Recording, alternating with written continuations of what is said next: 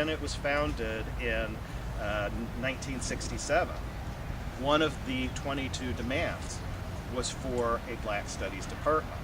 And what we got is exactly what was asked for, and it makes us very unusual. We are not just an Afro-American Studies department.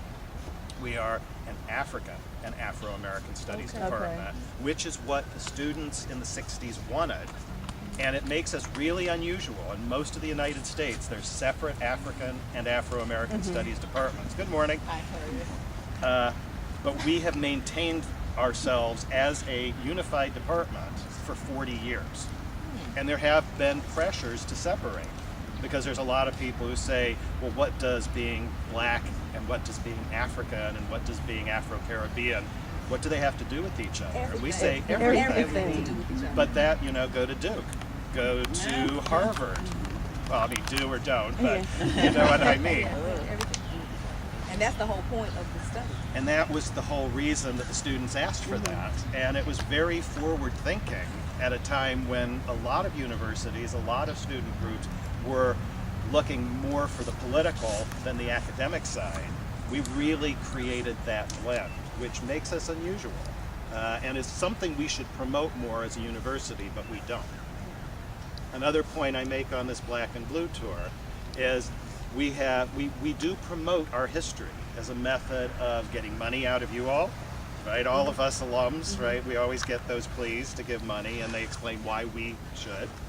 To recruit students, to recruit corporate donors. One of the issues we promoted was being the first primarily white institution to name a dormitory after an enslaved person, right? You probably saw that press release because it was about the same time as this, 2006, when we renamed a Hinton James, a slave owner, which I thought that was kind of a nice transition, to George Moses Horton Hall. But what's interesting, and I'll tell you a little bit more of that story, is in many ways George Moses Horton actually exposes some of the worst things about the history of the university, and without contextualizing it and just saying, yay, we named a building after an enslaved person, you're in some ways showing a historical ignorance. There is somebody else that we do not remember very well on this campus who would make a much better exemplar. And we don't really talk about him, but I'm going to talk about him in just a minute. He's memorialized right over here in part. But why do I teach this, or why do I give this tour? There's a variety of reasons. But as I said, I teach in African and Afro-American studies, and I actually started in African and moved into Afro-American because it met my research interests and my teaching style better. But 8 years ago, I started teaching a first-year seminar, and for those of you who are after the class of 1999, this is a new initiative the university started 10 years ago to try and get all freshmen to have the ability to take small, intimate classes where they get contact with teachers doing active research instead of, I remember my freshman year taking Chem 11. We had 399 of my best friends and all the pre-meds in the first 2 rows. Same thing with, remember the intro religion class, the poli-sci class. So this was a goal of the university to create small, intimate classes, a lot of which we teach over here in the Johnston Center, which is the Center for Undergraduate Excellence, and has small, really nice seminar rooms that usually are reserved for grad students on the rest of campus. 8 years, our department offered no classes in the first 2 years. So I proposed a freshman seminar called Defining Blackness. I'm an anthropologist, and my professional interest is in how we create racial categories and how they transform and how they vary around the world. And the first year I taught it was 2001, in the fall. So 2 weeks later, 9/11.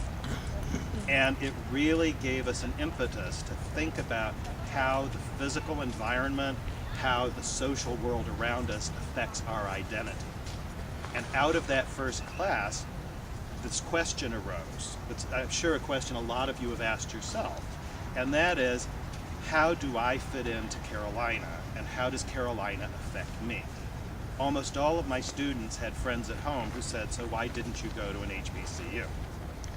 White students don't get that, right? I mean, how many white students who said, why did you go to Carolina? Is it because you don't like yourself? Is it because you don't want to study your own history? Whereas, you know, if you're white and you go to Duke, well, it's because you're that kind of person. And if you go to ECU, it's because you're that kind of person. But for black students, there were different questions asked of your family, of your friends, and of other people on campus. And of course, teaching in that building, we are in the shadow of Silent Sam. That's the very first thing a lot of these freshmen saw. It's the first thing that your parents saw, right? You know, you come, your parents bring you to campus, you cross into the quad, and what do you see? A Civil War soldier pointing his gun at you, right? Because if you enter from the north, there's Silent Sam. It's not a question that a lot of white kids asked. It's not a question a lot of white parents ask because most people come from North Carolina. They're used to Civil War stuff. And they don't, you know, it's not like if you see a Confederate flag in the window of a convenience store and you're white, you think, does that mean they don't want me to come in here? But in a lot of parts of the country, that's exactly what it means. So the question came up, how does this physical environment affect you?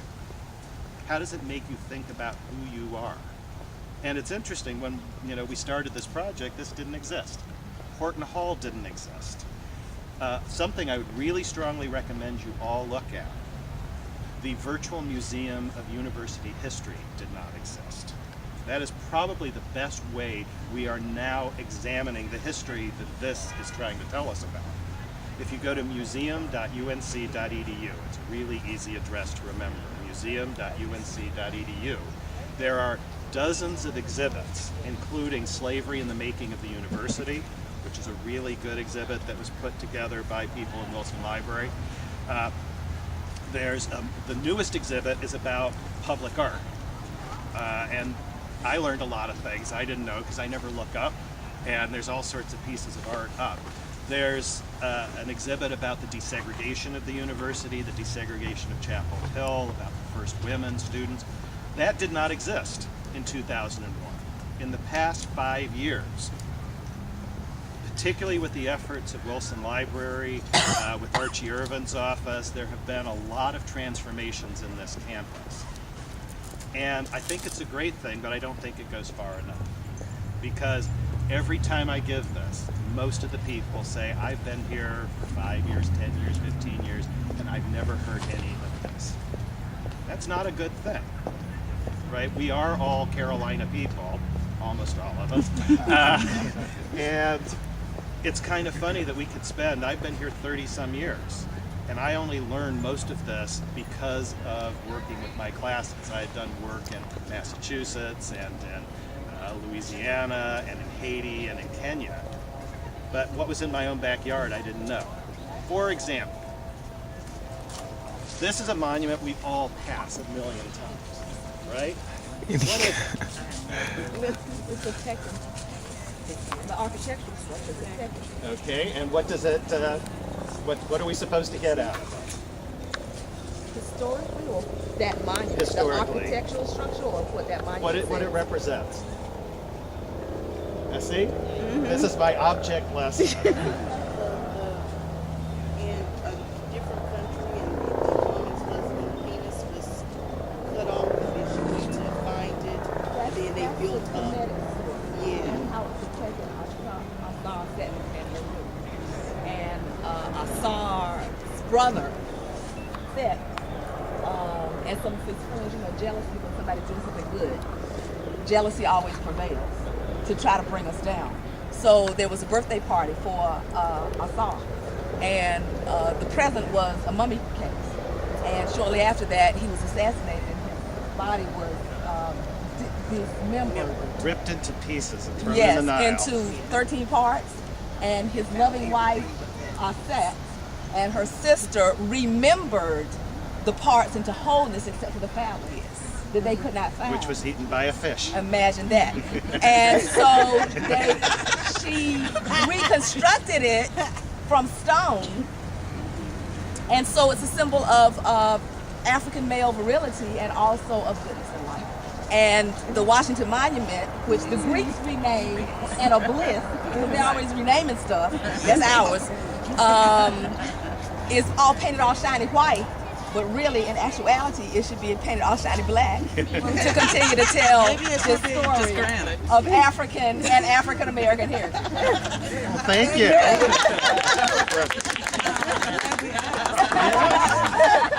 Is that on your blog? Can I read that and get that and look that up? I missed that class here, Carolina. I tell you. Didn't learn it here. Monument now.